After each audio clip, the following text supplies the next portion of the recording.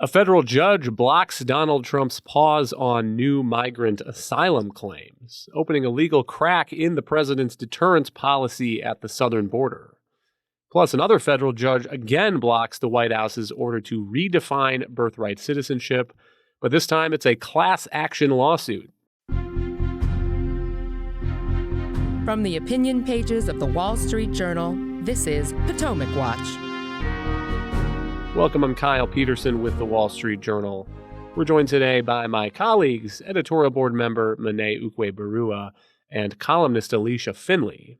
The Trump administration continues to tout its success stopping the flow of migrants at the southern border, with border czar Tom Homan recently saying that the total Border Patrol encounters last month were 6,070 and 0 migrants released into the United States. But a federal judge is now suggesting that some of that deterrence message might not be on sound legal footing. In a proclamation on January 20th, Trump moved to shut off the ability of border crossers to claim asylum in the United States. But Monet, last week, federal judge Randolph Moss wrote in a ruling that this is a stretching of the law and too far. Why? What did he say? So that order basically said that there is a very explicit requirement that migrants who arrive in the United States or are present in the United States have the right to file an asylum claim. That comes from the Immigration and Nationality Act, which governs a lot of U.S. immigration and border law. The Trump administration basically said that they have the ability to temporarily freeze that ability of migrants to seek asylum. So they didn't claim in Trump's order pausing asylum that they were going to stop it altogether, but they said that because of the overwhelming circumstances, the vast number of migrants who entered the country during the course of the Biden administration, they were going to pause it. And they cited the president's authority because it was an invasion, quote unquote. So they're saying that this large number of migrants all coming in at once essentially qualifies as an invasion, which means that they have emergency powers to be able to close the border. And they also said that basically a similar thing had been done before during the Trump and Biden administrations through a policy known as Title 42, which listeners might recall, a lot of people were turned away from the border without being able to declare asylum because that law gives the administration the power to close the border to prevent the spread of infectious diseases. But in the end, the judge basically said these two reasons that the administration cited for being able to halt asylum claims, the invasion and Title 42, aren't relevant to the current case because, in fact, there is no invasion, despite the fact that there are a large number of people. It's not a coordinated attack by another country or some foreign entity. And, of course, there's no COVID threat or any infectious disease threat right now. And so that means that the case is going to continue to wind its way through the judicial system. But as of now, this judge has ordered, with, I think, some firm legal standing behind him, that the Trump administration has to allow asylum claims to move forward. Here's the language in the law. It says any alien who is physically present in the United States, quote, may apply for asylum. And here's part of the ruling from Judge Randolph Moss. He says, although the word may is, of course, permissive, the choice of whether to apply for asylum is left to the applicant. The statute requires the government to provide the applicant with that opportunity. And Alicia, the importance of this is the incentives for people who are thinking about coming to the border. And the drop-off in border encounters at the southern border since President Trump took office is precipitous. It fell off a cliff. And part of that, I think, is his deterrence message, the effort to change the incentives on the ground because of the huge, overwhelming backlog in asylum claims that you had under President Biden. The policy of the U.S. government was to release those people into the United States. And if those asylum claims start getting filed again and start backing up the immigration courts again, it does raise the question of what the Trump administration now would plan to do. And by the way, the encounters at the border were something like 300,000 in some months under President Biden. The Immigrations and Customs Enforcement Agency has beds, detention capacity for something like 50 to 60,000 people at any one time. But these numbers were a problem even in the first Trump term. There was a border surge in 2019, and in 1 month there were close to 150,000 encounters at the border. So even if you have a president who is not President Biden and wants to enforce these laws, if you have a backlog of asylum claims, it does create a real detention problem for the U.S. government.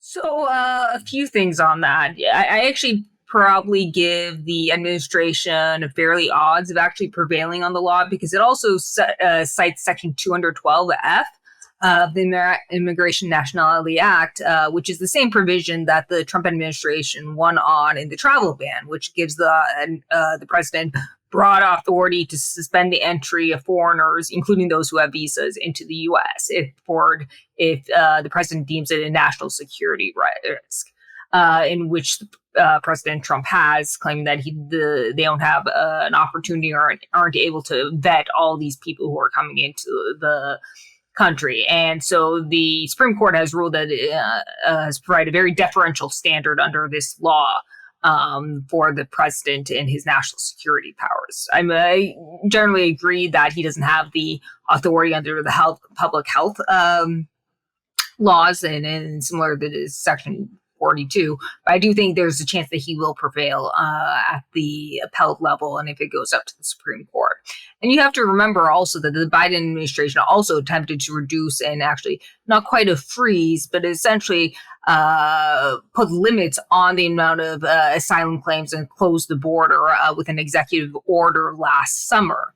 It was worried about the politics. It finally acted after a compromise that was backed by James Lankford, the Oklahoma Republican senator, failed, partly because Republicans refused to get behind it, and that legislation would have allowed the DHS to close the border if asylum claims exceeded a certain level.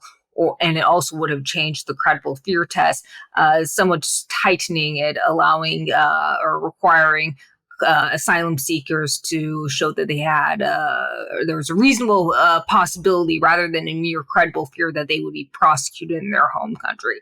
Now, it's a shame that that legislation failed, because it would have given the Trump and President Trump much more power and legal authority to do what he's doing, and he would be on a stronger footing now if that law had passed.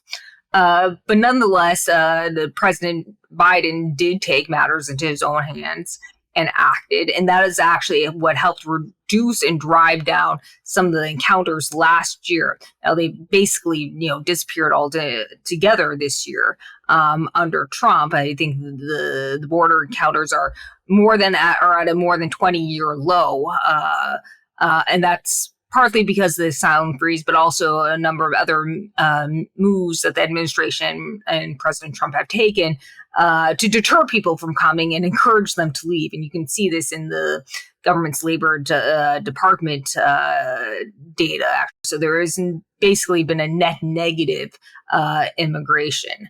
But as you point out, that could reverse if you start to see some district courts chipping away at some of these moves. Now, as I said, I think there's a strong chance that the Trump administration may ultimately prevail in this case at the higher levels. But in the meantime, the courts are going to try to tie the lower courts, which tend to be liberal in some these jurisdictions that the states and other groups are filing these cases, tend to tie the administration's hands, just as they did during the first Trump administration. They blocked the Remain in Mexico policy. The Supreme Court ended up, that was never ultimately litigated, but it was the lower court decision was stayed. And then hence after that was blocked, President Trump in 2020 pivoted to using Title 42, which gave him a little more latitude and sweeping powers. But your point is right that you could see numbers start to take up, and this will put pressure on Congress and Republicans to do something to give him a little more legal authority. And the question is, will Democrats get on board then? I think they're feeling a little spurned after they were, and there are reasons to be suspect that they had cynical motives for supporting that legislation back last year, the Langford legislation. But I'm not so sure that they're going to come around and would support the same bill this year. I think they'd be very resistant to, and I think it'd be very difficult to get legislation past Congress, which you would need 60 votes in the Senate to do. It could be, Monet, that Alicia's right, and the Trump administration will prevail on the appeal on this asylum pause case. But the broader point, I guess, is that it seems to me that it would be a mistake for President Trump and Republicans to consider the border crisis now solved for a couple of reasons. One is that this deterrence message that President Trump is sending may not last forever. Two is that Democrats might be back in charge again soon. It seems like part of the way that the GOP wants to solve this problem is by throwing money at the detention issue. There's $45 billion in the One Big Beautiful Bill that Republicans recently passed to increase immigration detention facilities. But if Democrats win back control of Congress, the House or the Senate, which could happen as soon as about 18 months from now, there's no guarantee that that money will remain or will continue in future years. And President Trump will soon be in retirement at Mar-a-Lago. And this is an opportunity for Republicans to make sure that the next Democratic administration, the next Democrat in the White House, doesn't have the option of reverting to the policies that voters found so objectionable under President Biden. Yeah, I'd say, first of all, I think I'm a little bit more bearish than Alicia about the administration's odds of prevailing on appeal. Yes, I do think that the Immigration and Nationality Act gives the president pretty broad power to prevent people from arriving in the United States.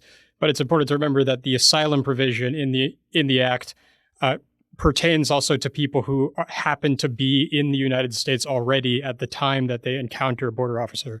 So if somebody, say, evades the detection of Border Patrol and they're hanging out in South Texas and then they find an officer, they then can declare asylum. Of course, the president doesn't have to allow that person to enter the United States, but the law does require that that person can make a claim to be able to stay.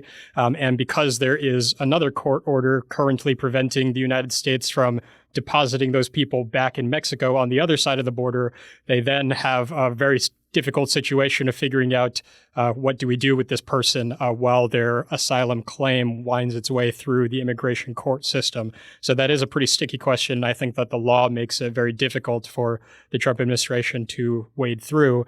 But with regard to your broader question about the incentives to focus on broader border policy reform rather than just throwing money at the problem, I think that you're exactly right. The idea is that Democrats, despite the fact that they've moved closer to the center than they used to be on immigration, with things like that border compromise bill that they floated last year that Alicia mentioned, it's certainly true that there's going to be a lot of pressure on the next Democratic president or even on subsequent Democratic Congresses to unwind some of these restrictions in whatever ways they can, and especially to claw back a lot of that funding, whatever amount hasn't yet been spent on border provisions, to be shifted towards their own priorities.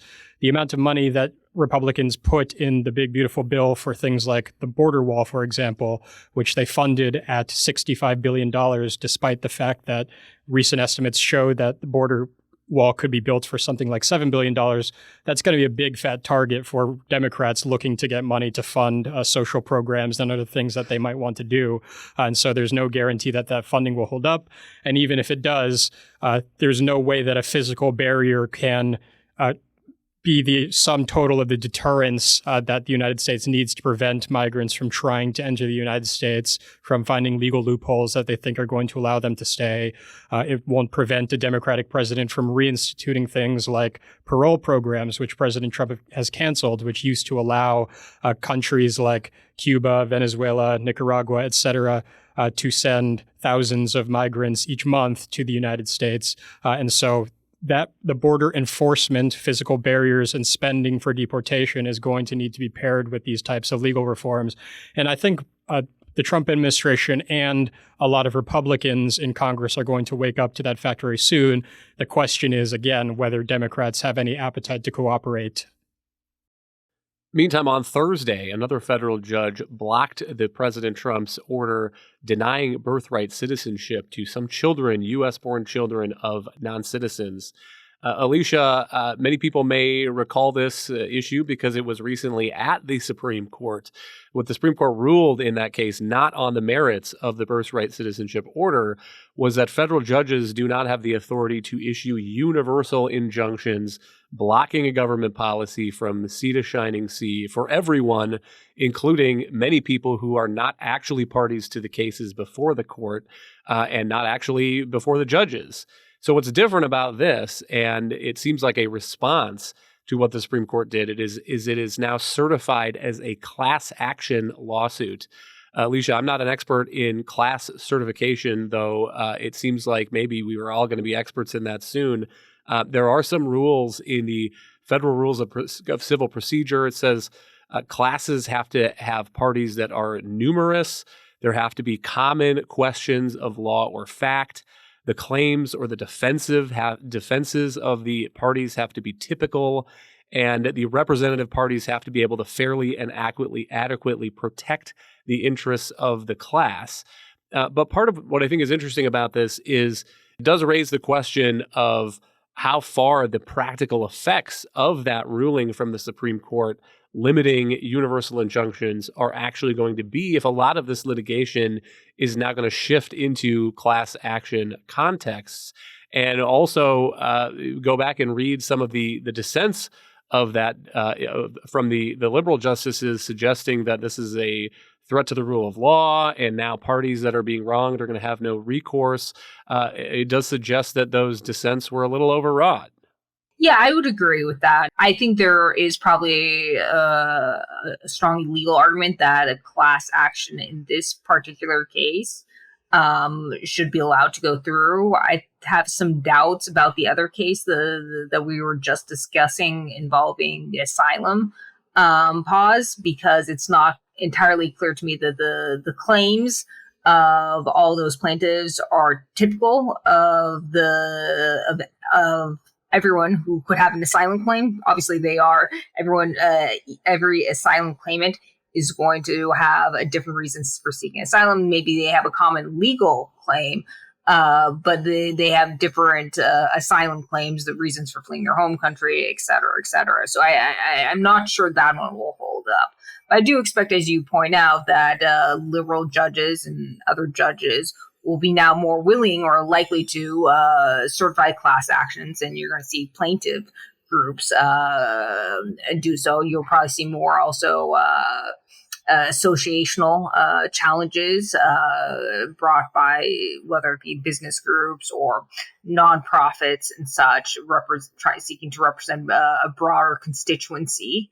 I think you have to also remember that the appellate courts often they'll review a lower court's findings or legal analysis, but they often don't defer to their findings of facts and their certification of class action unless the defendants ask an appellate court to particularly review the finding whether a class is or whether a class should be allowed to be certified. So I think you're going to see a very deferential review by the lower courts here, because they want these cases to proceed. They want to be able to essentially accomplish what they did before with the universal injunctions, which again is a reason why I think it was, the Chicken Little, the sky's falling, everything, the Trump's going to be able to do whatever he wants. It's going to be dictatorship, was so overwrought. You're still going to get a lot of challenges to the Trump administration's executive orders and regulations percolating through the lower courts. I would expect probably, again, the conservative judges who, if they hear these cases, even they may be a little more strict in applying the class action standards. But again, I think you're still going to see a lot of the same outcomes with essentially blocking policies nationwide nonetheless. Meantime, on the question of mass workplace deportations at farms and hotels, the Trump administration continuing to speak out of both sides of its mouth. Let's listen first to President Trump at a rally last week in Iowa. if a farmer is willing to vouch for these people, in some way, Christy, I think we're going to have to just say that's going to be good, right? You know, we're going to be good with it, because we don't want to do it where we take all of the workers off the farms. We want the farms to do great, like they're doing right now. So, Christy Noem has done a fantastic job. And here on Tuesday was Agriculture Secretary Brooke Rollins. The president and I have spoken about that once or twice, and he has always been of the mindset that at the end of the day, the promise to America to ensure that we have a 100% American workforce stands, but we must be strategic in how we are implementing the mass deportation so as not to compromise our food supply. Ultimately, the answer on this is automation, also some reform within the current governing structure, and then also when you think about there are 34 million able-bodied adults in our Medicaid program. There are plenty of workers in America, but we just have to make sure we're not compromising today, especially in the context of everything we're thinking about right now. So no amnesty under any circumstances. Mass deportations continue, but in a strategic and intentional way as we move our workforce toward more automation and toward a 100% American workforce. Monet, what do you make of that? And one more piece of factual information I would throw out here as fodder. The official statistics from the U.S. Department of Agriculture on the legal status of hired crop farm workers say that about 60% are non-citizens, about 20% are authorized to work, and about 40% of those are foreign-born but unauthorized to work. Perhaps no surprise, the share of legal workers in agriculture is highest in the Midwest, where there's a lot of mechanized agriculture, people driving extremely expensive combines around, and it is the lowest in California, where there's a lot of hand picking of produce, fruits, and vegetables. Yeah, I think those statistics are really, really staggering and should be really, really sobering to people who are very gung-ho about the mass deportation regime with no carve-outs or qualifications to make sure that it's not going to have a very, very harsh impact on American business and agriculture. I think in addition to what you mentioned, just the scale of the number of foreign-born and particularly illegal immigrant workers on farms, you can look at the stability of that share over time. So I think a lot of people look at the surge of migration under the Biden administration and figure, okay, a lot of these industries have gotten fat and gotten used to using this illegal labor just because we have now this unprecedented scale of migrants who came all at once. But the share of illegal immigrant workers on these farms has been extremely high for a very long time. It was during the Trump administration. It was all the way going back, I think, probably to the 1990s is when it started to arrive at the high 30s or about 40% mark, and it's been flat there ever since. And so that shows how dependent these industries really are on these workers. I do think that Trump understands both sides politically and legally of this question, and that's why he keeps whipsawing back and forth. Of course, speaking to an Iowa crowd, I know the University of Iowa has the slogan, America needs farmers. It is the dominant industry there, and they have no misgivings about how important it is to have that source of labor helping to make their industry affordable, because farms go through periods of boom bust. They have very high labor costs, and even a small change in the number of available workers could lead to a big change in the margins that farmers are able to collect for a given season. And so I think that he knows that both politically and legally, he can't come right out and say definitively, we're just going to not deport these workers altogether. I think that he has too much of his base is connected to the idea of mass deportations, thinks that it's one of his signature goals, and also inside his own administration. Of course, you have Stephen Miller first and foremost, but Stephen Miller isn't alone in thinking that it's important to deport a lot of the recent migrants and to send a signal to new ones that they won't be welcome in the country. So I think President Trump, that is still trying to feel his way to what the kind of compromise solution he can find will be. I think they basically are going to have to prioritize the classes of immigrants who they focus on. And Of course, that starts with criminal migrants. I think Trump is at his most popular and at his best when he says that those are the people who have committed crimes in the United States, who they're most focused on finding and deporting, particularly recent arrivals, people who came during the Biden administration and don't have deep ties in the United States yet are another class of migrant who are going to be relatively you're going to get a sympathetic response from voters when you say these are people who are subject to deportation. But he's not going to stop hearing from farmers and people in other businesses that they depend on these workers. And so I think he's going to have to put people who are gainfully employed in these key industries lower on the hierarchy of immigrants who are being targeted for deportation. Alicia, you get the last word on this, but I think that kind of prioritization would be broadly popular, yet I don't see a whole lot of evidence for it. And one thing I'll cite is a move that the Trump administration did on Monday to revoke temporary protected status for something like 75,000 Hondurans and Nicaraguans who were granted this TPS status in 1999 after Hurricane Mitch tore through Central America. And so while I understand the argument that is after 30 years almost, that is not a real temporary protected status, it has become something more like permanent. And maybe Congress needs to take a look at how these programs are being used. On the other hand, if you have people who've been living in the United States and working productively in the United States for 30 or more years, I'm not sure what the popularity of sending those people back to Honduras and Nicaragua is going to be. Well, I think they think it's going to be popular to end a program that was abused by the Biden administration. Yeah, you're pointing out to the 1998, but the Biden administration also extended the TPS and provided new TPS protections for other groups. And so people think of this as it should only be temporary. And I think there's just been also just a broader backlash toward legal immigration and the asylum, the masses of people who were let in under Biden, the asylum claimants. And there's much less sympathy for them than the people who came, 30 years ago. But most people don't really understand that the people you referred to have been here for 30 years. They think that, it was just temporary, then Trump is ending it. And that's to the extent that the right-leaning media, that's what you kind of hear. So it's really going to depend on how it's framed in the news and the information that gets out to people. People don't like workers who have committed no crimes, getting rounded up and removed, but they also don't like what they consider blanket amnesty or the abuse of legal authorities to provide legal status to people who essentially came here illegally.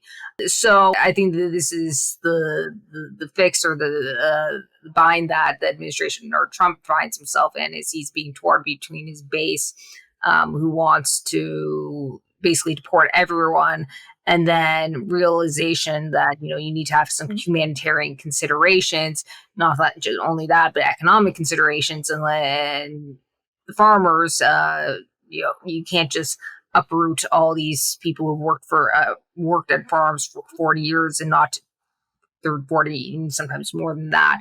But 40 years, not to expect to see any kind of economic impact. So I think he's a little torn, and that's why you see so much equivalence from the administration. Thank you, Alicia and Monet. Thank you all for listening. You can email us at pwpodcast@wsj.com. If you like the show, please hit that subscribe button, and we'll be back tomorrow with another edition of Potomac Watch.